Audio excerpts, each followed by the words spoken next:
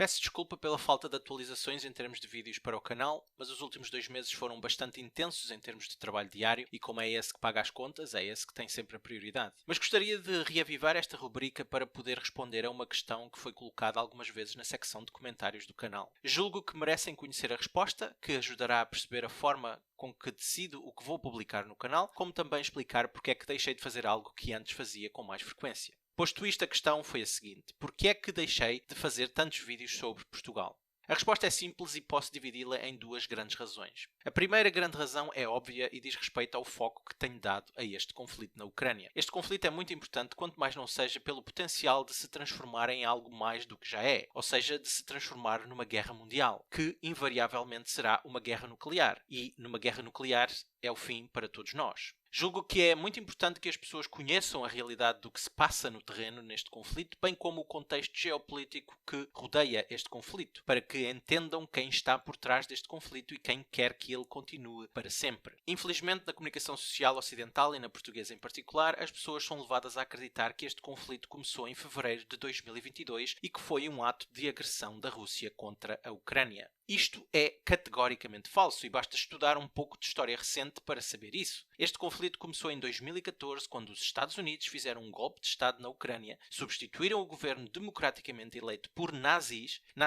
estes que começaram de imediato as suas políticas fascistas e de genocídio contra o povo do oeste da Ucrânia, que são essencialmente étnicos russos, de modo a provocar a Rússia. A Rússia interviu diretamente em fevereiro de 2022, depois de vários anos a tentar acordos de paz, que foram os acordos de Minsk, que nem os ucranianos nem os europeus quiseram cumprir. De facto, como vos mostrei no meu último vídeo, os europeus, a mando dos Estados Unidos, usaram os acordos de paz para enganar os russos e treinar os ucranianos para começarem uma guerra com os russos. De facto, o meu foco neste conflito está muito ligado ao facto da comunicação social ocidental e portuguesa em particular apenas espalhar mentiras e desinformação sobre o que realmente se passa no terreno na Ucrânia. Uma das outras grandes mentiras diz respeito à propaganda que a Ucrânia está a vencer, algo que nunca aconteceu em mais de um ano desta fase do conflito. Nem mesmo durante as contraofensivas do final do verão de 2022, a Ucrânia esteve a vencer. De facto, os ucranianos conseguiram recuperar território que anteriormente os russos controlavam, mas o objetivo dos russos desde o início desta fase do conflito foi sempre de desmilitarizar e desnazificar a Ucrânia. Nada tem que ver com a conquista de território. E durante as contraofensivas no final do verão de 2022, a Rússia infligiu baixas enormes aos ucranianos. Baixas enormes que têm repercussões no estado lastimável em que se encontra o exército ucraniano atualmente. Para além do mais, a comunicação social ocidental diz que a Ucrânia está a vencer ao mesmo tempo que diz que a Ucrânia precisa de ainda mais armas e ainda mais munições. Para qualquer pessoa com bom senso, estes são dois argumentos em oposição um com o outro. Um país não pode estar a vencer uma guerra e ao mesmo tempo precisar de cada vez mais armas, cada vez mais munições e cada vez mais soldados. É absurdo e um insulto à inteligência das pessoas, mas também é óbvio que há muita gente que não tem inteligência suficiente para disputar estas falácias.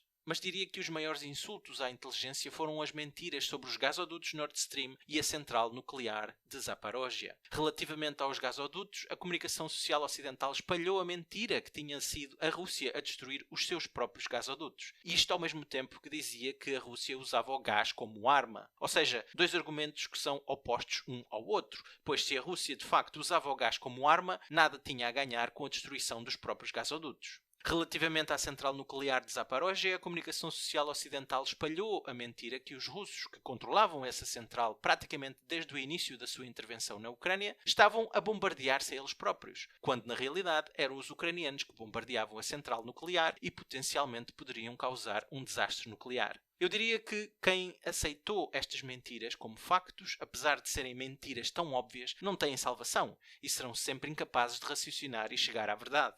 A terceira grande mentira da comunicação social ocidental sobre este conflito é que a NATO não está envolvida diretamente no conflito. Ou seja, a Ucrânia só se mantém na guerra devido ao equipamento e financiamento da NATO, mas a NATO não está envolvida. É mais um exemplo de um insulto à inteligência. Para além do mais, o equipamento que a NATO fornece é completamente diferente de país para país e é suposto as pessoas acreditarem que os ucranianos conseguem aprender a usar este equipamento em meras semanas. Algo que é outro insulto à inteligência, pois com o mínimo de pesquisa qualquer pessoa fica a saber que em qualquer país do mundo o treino militar com qualquer equipamento demora meses, às vezes anos. Tudo isto para dizer que quem controla, conduz e pilota o equipamento da NATO na Ucrânia são soldados da NATO, que agora simplesmente vestem o uniforme ucraniano. Por tudo isto e muito mais, como as atrocidades que os nazis ucranianos continuam a cometer na Ucrânia ao bombardearem civis constantemente, que a comunicação social ocidental não reporta de forma alguma, o foco que dou ao conflito neste canal é muito importante para que as pessoas tenham a possibilidade de saber de facto o que se passa no terreno na Ucrânia, já que não conseguem isso na comunicação social tradicional.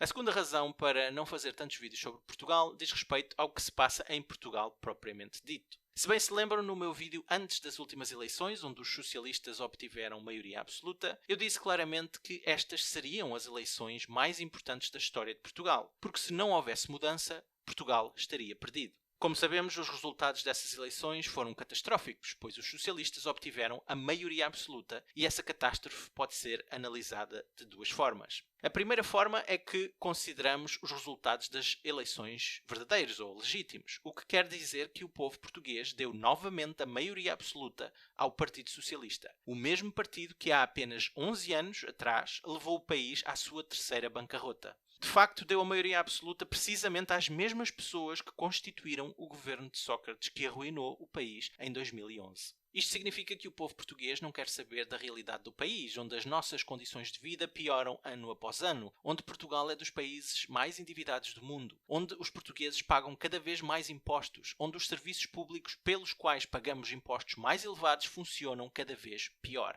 Só não querendo saber da realidade do país e sendo absurdamente ignorante é que é possível o povo português dar novamente a maioria absoluta ao Partido Socialista. Mas depois temos a segunda forma de analisar a catástrofe, onde se questiona a legitimidade das eleições dado o que aconteceu com os votos dos imigrantes.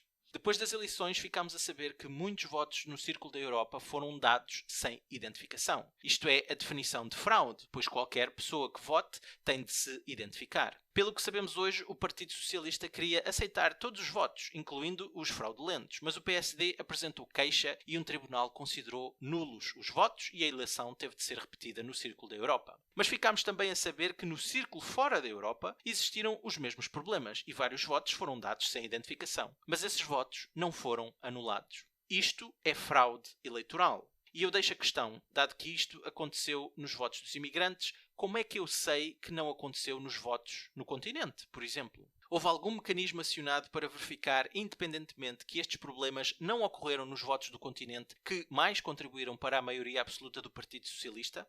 A resposta é não. Nada aconteceu e um ano e vários meses mais tarde, o partido no poder continua a ser o Partido Socialista, apesar da fraude que sabemos que ocorreu. E o que é que isto tem que ver com o eu deixar de fazer tantos vídeos sobre Portugal?